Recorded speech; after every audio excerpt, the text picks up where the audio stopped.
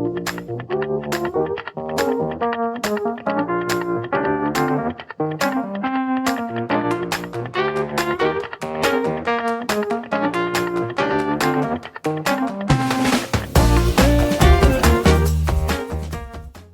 everyone, welcome to the Wayfinders podcast. So I'm excited about today's guest, Genevieve Hilton. Her story is fascinating, and it will really get us thinking about how our family's histories shape us. So Genevieve grew up in the United States. From a young age, she was fascinated by languages and far-off places. We get to dive into how her parents' experiences, as well as dinner table conversations, sparked and fueled these interests and motivations. And it's fascinating to see how our generational influences play out.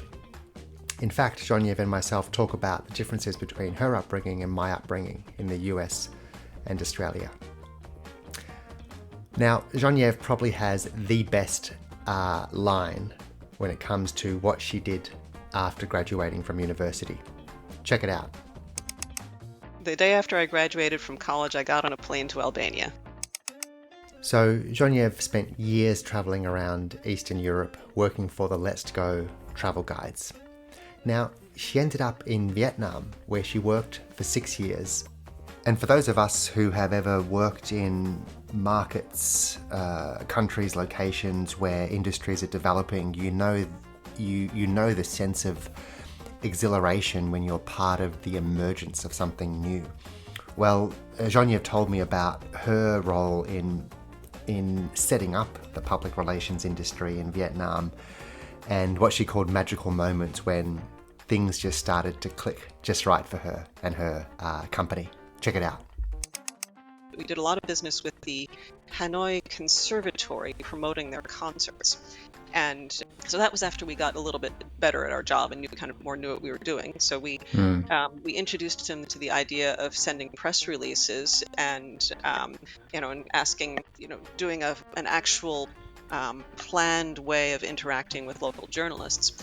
And I remember there's this magical moment when my account executive got off the phone and said, so, the Hanoi Conservatory they'd done a couple of projects with us in the previous year, and they were planning the budget for the following year, and they were trying to get a feeling for if they had, 12 concerts, how much budget would they need to plan for the PR agency? And we all looked at each other and we said, this is an amazing moment. It's the first time that they are putting public relations into their budget for the year. For the last 24 years, Genevieve has been in Hong Kong, raising a family, building a career, and so on. Her kids speak English, Cantonese, and Mandarin, which is just brilliant. And we learn a bit about her motivations for staying rooted in one place versus the itinerant childhoods she had along with her husband, Sam. Now, finally, I was also probably really struck by the serendipity of Genevieve and her family's journey. How one thing leads to another, and how we may have an underlying plan, but actually it's better just to let things work themselves out. Okay, well, without further ado, let's jump into the episode and hear Genevieve's story. Let's go.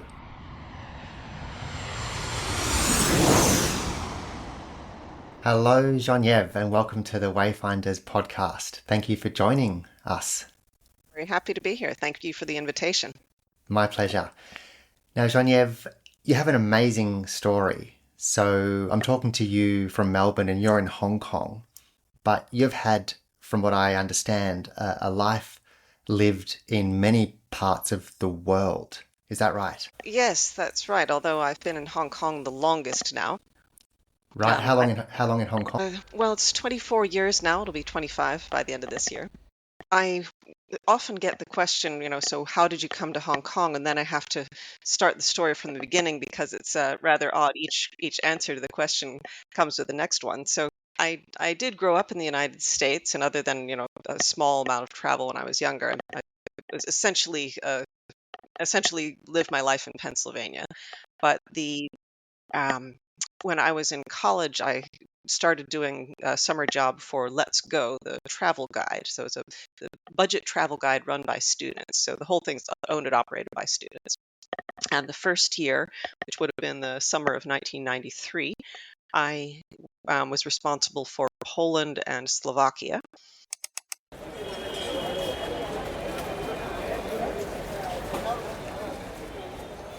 I remember using Let's Go interchangeably with another publisher called Lonely Planet. And Hmm. these were the go-to books to backpack and to live on a shoestring. So I've used them very extensively in Europe, in Asia, and they were always really amazing. I always found, because they would have these brilliant, off the beaten track stories. For example, go to Joe's bar on so and so and ask for the high shelf liquor, or say that you know Genevieve and he'll give you a discount and that kind of stuff. My per diem was $25 a day, and Hmm. whatever I didn't spend, I could keep. So And did you that was manage to keep much money, like on a daily well. basis? When I was in Poland, and I kept meticulous records of my expenses, I spent $4 a day.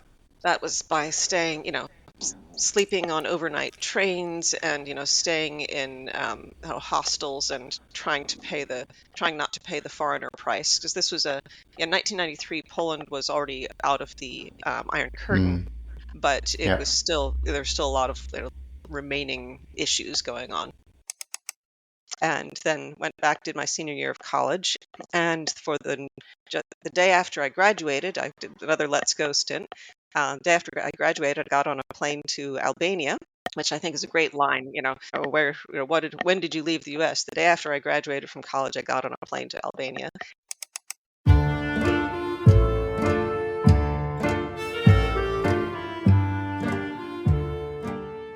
It was, again, at the time, not really closed off anymore, not as completely isolationist as it had been during the worst times. But it was the first place where I was immediately able to be clocked as a foreigner just by like standing in the street. So when I had Mm, been, for example, in Slovakia, or anywhere in kind of the rest of Central Europe, if I bought clothes and kind of carried the right kind of bag, and shoes are the other thing, then I would more or less be assumed to be local. But in mm. Albania, it didn't matter. There was just something that made me look different. And I What don't was think it it? was Was it I don't your? think it was my coloring. So I mean, like, Mm, obviously later on when I moved to Vietnam, then I looked, I'm pretty obviously not Vietnamese, but and I don't think it was just the physical appearance, because mm, Albanians they're quite a variety of what they look like. So yeah. I mean, European, but some of them have fair hair, and some of them have dark hair. Mm. It's not that obvious. So, but it was just something that attitude or stance or body language or So something I that was going just to looked say foreign. stance, how you stand, Mm, move, could be, yeah. yeah. Um, it was also a place that was, at that particular moment, free in this, like, very free in the sense that there was a little bit lawless. So it hadn't collapsed in the pyramid schemes, because of the pyramid schemes that it did a few years later. So it was still pretty optimistic. And they had taken down a lot of the laws that were very restrictive, but they hadn't really built up their new institutions yet. And then so I was responsible that year for covering Albania and Ukraine. So I was in Ukraine for the second half of the stint.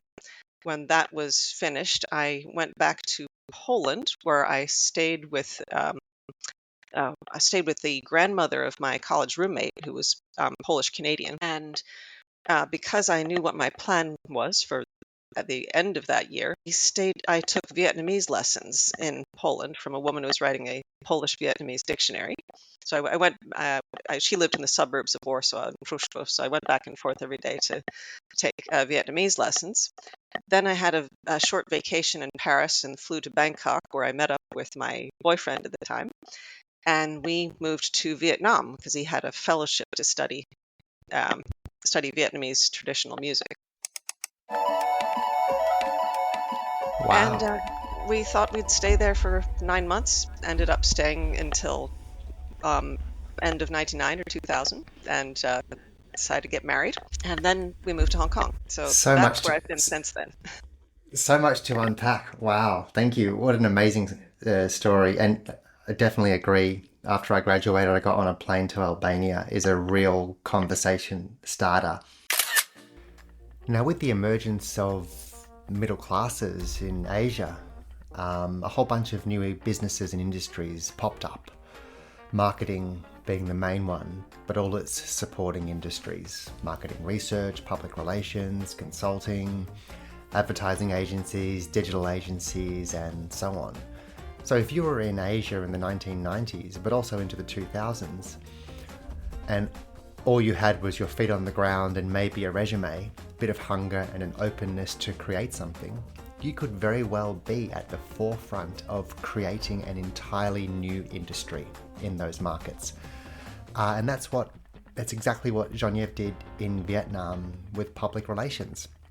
I absolutely loved listening to her stories of how she did that, and how it was part bravery, part openness, part learning, and part just going ahead and doing it all at the same time. So have a listen to this. What were you and Sam doing in Vietnam all those years? So he spent his first 9 months studying, and more or less until the fellowship money ran out. And so I think when I first got there, I got a job with a hotel, and then ended up teaching English for a while. And then we started to meet people who were doing business and needed help. So we got something closer to real jobs. I ended up getting a job with a small agency that was kind of a consultant. They were doing some property things, and they had had one public relations project, which was given to them by Hill and Knowlton in I think Singapore, and because there wasn't really any other public relations company at the time, so ostensibly I was hired to do public relations, but there was no, like, that guy, he wasn't a public relations practitioner, he was just kind of a general consultant, and nobody actually knew anything about how to do PR either. So I ended up being the kind of jack of all trades who helped with the property project, and took notes from the contractor, because by that point my Vietnamese was pretty good, so I was helping the Australian boss understand what was going on. And then eventually we did have a couple of PR clients, and the Vietnamese guy who worked most closely with me, he and I kind of saw that our Australian boss was maybe making moves to leave, so we kind of left first, started up our own shop. Now, yeah, because Genevieve, you've worked in PR for a great part of your career. Yeah, Was so that was your how it got first started. kind of gig? Yeah, Yeah. fantastic. And yeah, we didn't know what we were doing. I mean, yeah, God help the poor clients who asked us for advice. But yeah, my business partner, Duan, he actually had developed pretty good media relations. So more or less the system was I talked to the clients and he talked to the media.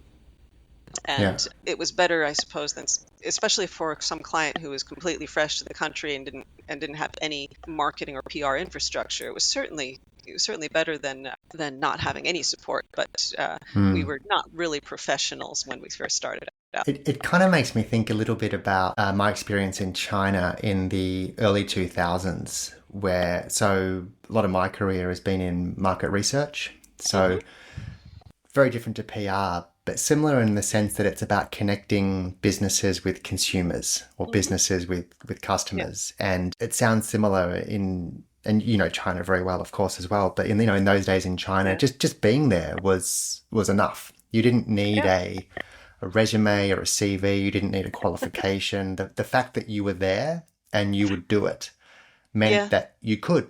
I mean, we weren't the only act in town. I think by the time, but within a few years, there were other agencies available. There would. I remember one case in particular where we had submitted a proposal to someone, and they said, "Well, that's not actually what we're looking for. Can you tell me what you're looking for. And then I said, well, what do you mean? And so he actually sent me a proposal that a PR agency in Hong Kong had sent him. And he said something more like this. And boy, that thing was an eye opener. I was like, whoa, Right. that's what a proposal is supposed to look like. Because I'd never Yeah. seen one. I never worked for a real agency. And so I was very, and this is, pre-internet as well. So I was Yeah. very hungry for information of any kind about how it ought to be done. Wow. So But completely self-taught in your something like firm. that, yeah. That's brilliant. Yeah, it's Well, my fantastic. clients mostly taught me how to do it, which was Yeah. often I Yeah. would be working with the local managing director, but their PR person would be overseas. Now, Mm. the opposite was true, however, with the local clients. So remember, we did a lot of business with the Hanoi Conservatory promoting their concerts. And so that was after we got a little bit better at our job and knew what we were doing. So Mm. we introduced them to the idea of sending press releases and and asking, doing an actual planned way of interacting with local journalists. And I remember there's this magical moment when my account executive got off the phone and said, so, the Hanoi Conservatory they'd done a couple of projects with us in the previous year, and they were planning the budget for the following year, and they were trying to get a feeling for if they had, 12 concerts, what would their total, how much budget would they need to plan for the PR agency? And Mm. we all looked at each other, and he said, this is an amazing moment. It's the first time that they are putting public relations into their budget for the year. They're planning it. They're not just, and this was an organization who basically didn't know what PR was previous year. Yeah.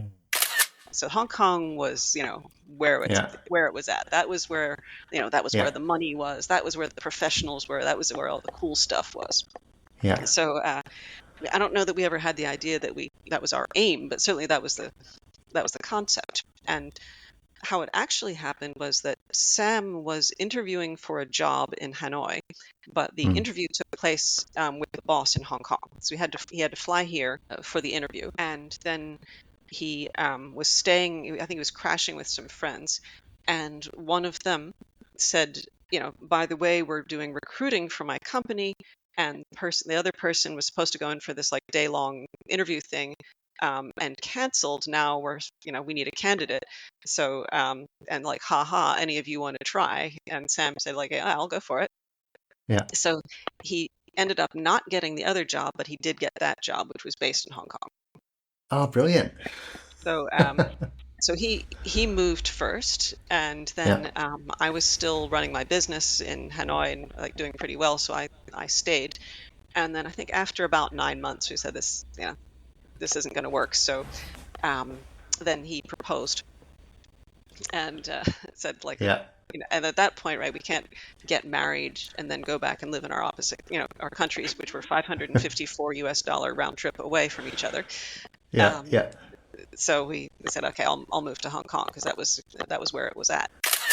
What Fine. is has been consistent, of course, is that the people of Hong Kong Mm. are again, and I think this is still true. They're some of the most, and it sounds like a funny thing, but professionally competent. And you think about there's something called, you probably know, called the Edelman Trust Barometer, which is a big survey they take every year. They've Yep. been doing that for years, where they ask, how much do you trust the government? How much do you trust institutions? And I've always thought there's maybe a missing question on that is, how much do you trust, your fellow citizens? And Yeah. Great um, question. in Hong Kong, I think that the level of trust in institutions has been a Mm. little bit going down over the years. But how much do you trust your fellow citizens? I think has always been and continues to be very high. You asked originally what kind of kept me here, Mm. and one of the things, to be perfectly frank, was we had kids here, Yeah. Yeah. but we and I had moved around the U.S. when I was little, and it was something that we would rather do is keep the kids in a stable environment that we did not have when we were little. And also, we put them into the local schooling system. because we didn't want them to be monolingual English speakers. So Cantonese was the most accessible other language, because we live here.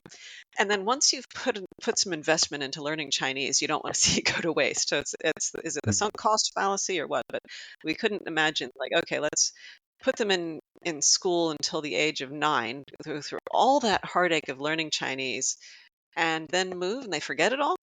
Ugh, what a waste. Your children, so they were exposed to Cantonese from kindergarten. Is that right? Yeah, from about the age of 2 or 3. So for all intents and purposes, their upbringing was like a Chinese Hong Konger in terms At of their... school, yes, but at home, Right. it's still very much an American household. So, Right. I mean, Okay. I think we're a great natural experiment in that sense. Yeah. That, so what happens, all the things you hear about Hong Kong, like, the pressure of examinations and so forth, is that pressure coming from the school, or is that pressure coming from the parents? And, what happens when you switch out one element of that? And by the way, I think it's mostly the parents. So, the schools the schools have some of it, but, the emotional pressure, I think, comes from the parents.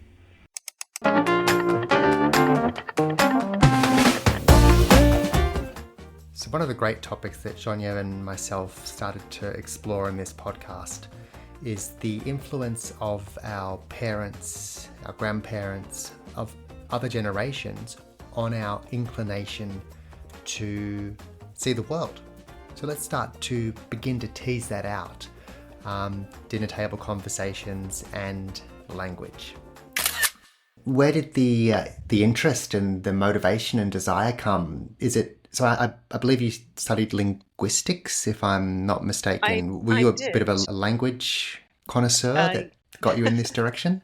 Well, yes. I think there's two separate answers. One of those is, why did I want to go abroad, and then why specifically Eastern Europe?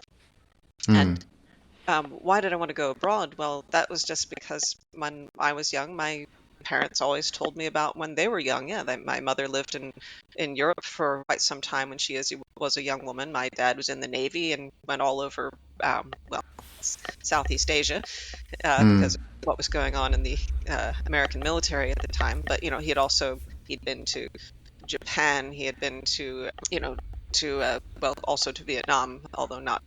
I mean, he was in the Navy and the war was going on, so I think they just sort of landed and then left. But so the idea of, like, when you're young, you will go abroad for a while was absolutely something that was normal to me.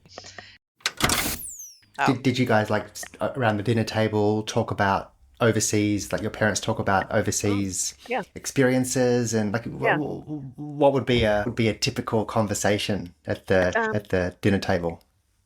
Well, for example, my father and I watched a made-for-TV movie about a guy who was. It was kind of a sappy made-for-TV movie about a guy who was illiterate as an adult, and was trying to learn how to read as an adult, and was helped by someone. And my father said, he really got a sudden realization of what it would be like to be an adult not able to read the first time he went to Japan, and looked at all the signs and couldn't make out a single word, because obviously he didn't know Japanese, didn't know how to read Japanese. He said it's a very different experience because there's so much information available to you in the world just casually. If you look at signs, you look at newspapers, you look at books, you look at advertising. Whereas if you can't read, then that's all closed off to you. Genevieve, maybe a left of field question I've always wanted to ask. The pronunciation of your name. When I read it, but when you and first met Fran and so on, I just, forgive my ignorance, Genevieve, but it's Genevieve. Yeah. Could you? So it's the same name. So I think there are a lot of names that are pronounced one way in English and another way in another language. So Genevieve is the French pronunciation, and Genevieve is the English pronunciation. So just like, for example, the name Angel might be pronounced Angel in Spanish. It's just a different pronunciation. So I've been pronouncing it incorrectly anyway. So it's Genevieve, is that right? Yes, Oh dear, I got it wrong. but it doesn't matter. By this point, I've also got because it's a little bit difficult to pronounce, except by the French people who get it right instantly. I've left behind a string of aliases. So, Ah, for example, when my Russian teacher told me that no one will pronounce that kind of foreign name, I'll just call you Jana. And then well, that's um, nice. because when I was in Poland, my Russian was better than my Polish, and my Vietnamese teacher spoke both Polish and Russian. So I learned Vietnamese via Russian, and so she decided that Jana sounds something like Zhang, Hmm. and so that was my Vietnamese name. So I've got quite a lot of Oh, very quite nice. a lot of alternative, also known as. Very nice. Now, I should have asked this at the beginning. How many languages do you speak? Oh, that's a very complicated question. I mean, I've learned a lot of languages, but Uh-huh. I don't speak most of them very well anymore. I think so English and French, which I learned when I was growing up. Yeah. I mean, we had not really a French-speaking household, but my mom spoke French to me when I was young. Yeah. And then I learned Latin in high school. I studied Russian and Czech in college. Got to be pretty good at both, but have Yeah. almost completely forgotten everything. Um, Yeah. Learned some Polish while I was there, learned some Albanian while I was there. Yeah. Slovak is very similar to Czech, so I could get along in that very easily. And same thing with Ukrainians, very similar to Russian. You learn a bit more vocabulary and then, Yeah. you know, pronounce things a little bit differently, and people think you're speaking Ukrainian. Yeah.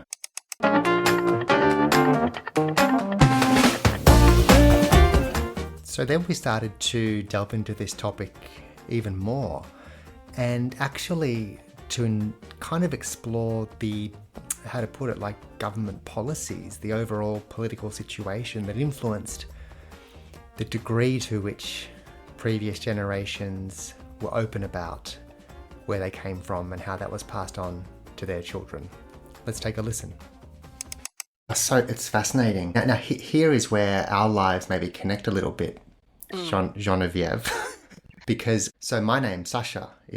is a Russian name, Yeah, sure. and I met many my Sashas in Ukraine. yeah, well my grandmother is a Russian speaker, Mm, so maybe it's a good segue just to chat a bit about generational influences actually. mm, So early on you were sharing about the conversations at the dinner table that your parents would hmm. have, and your mum as a librarian, showed Yes. you read books about Russia, and I've always been really interested in Australia and what seems to be a kind of observable gap between the mass immigration to Australia post World War II, so the 1950s, and what appears to be a chasm between the passing on of the culture of those immigrants to what are now their Mm, grandchildren. So it's their children typically had very Anglo-Australian lives and so on. So my grandmother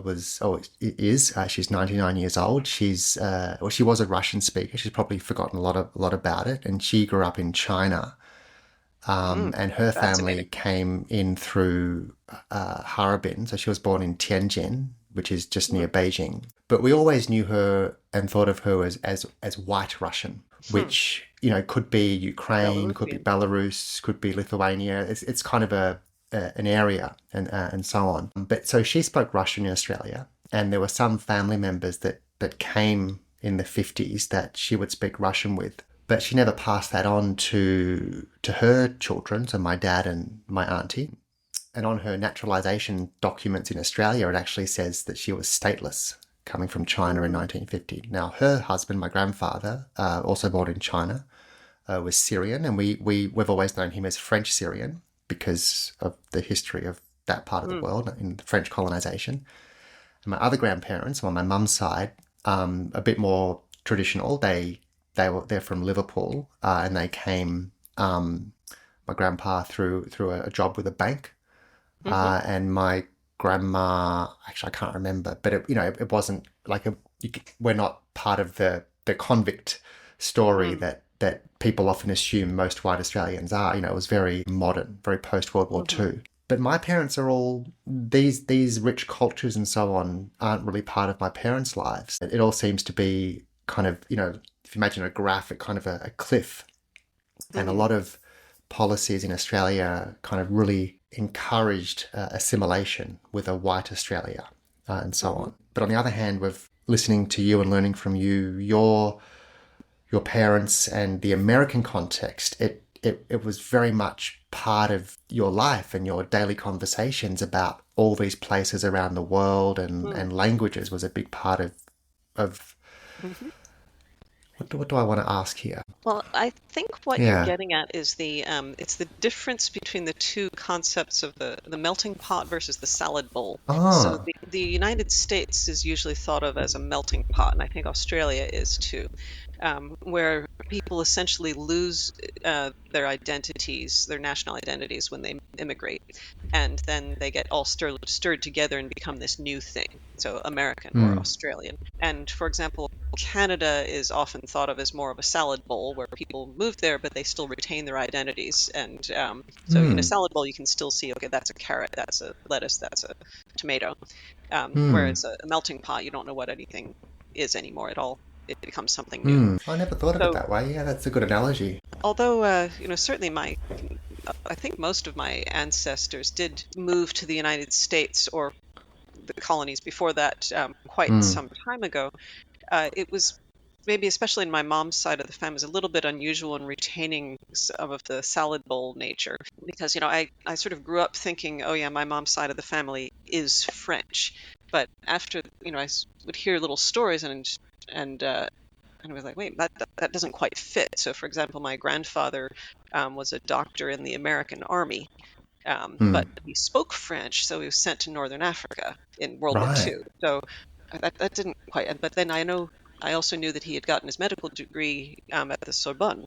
So does that mean he was born in France? So I wasn't quite sure what was going on. And it was only much later when it was actually during COVID, I asked my parents to write their memoirs.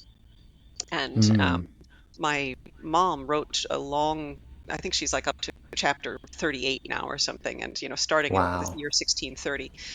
She does her research, and it's an absolutely fascinating read. But it became much clearer that there was her side of the family is American, but like it's gone back and forth between the U.S. and France a lot.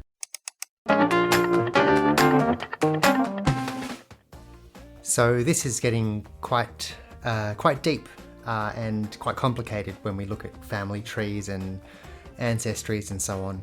So let's wrap up this podcast with a simple story of the beauty of travel and the things that we see that delight us. Check it out.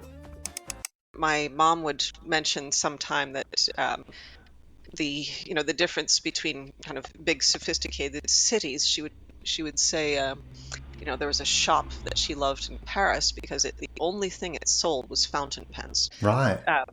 That was just sort of cool. If you live out in the countryside, there's the general store that sells feed and tobacco and anything, like at the general store that sells every single thing. So having a store that sells only fountain pens was really cool. Yeah.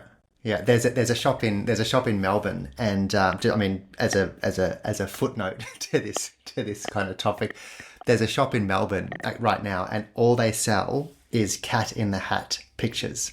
So the drawings by Dr. Seuss, and they sell these huge, beautifully framed, high quality prints of various Cat in the Hat kind of moments, or green eggs and ham, or whatever it is.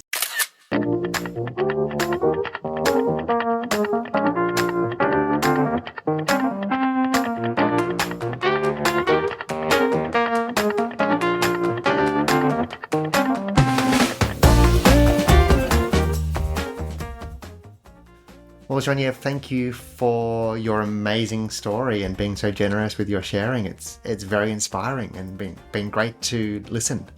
Well, I hope that maybe your podcast will help other people who haven't yet taken their trips overseas and seen what it's like to live abroad can give it a try. Genevieve, thank you very much. Have a great rest of your day. Thanks so much.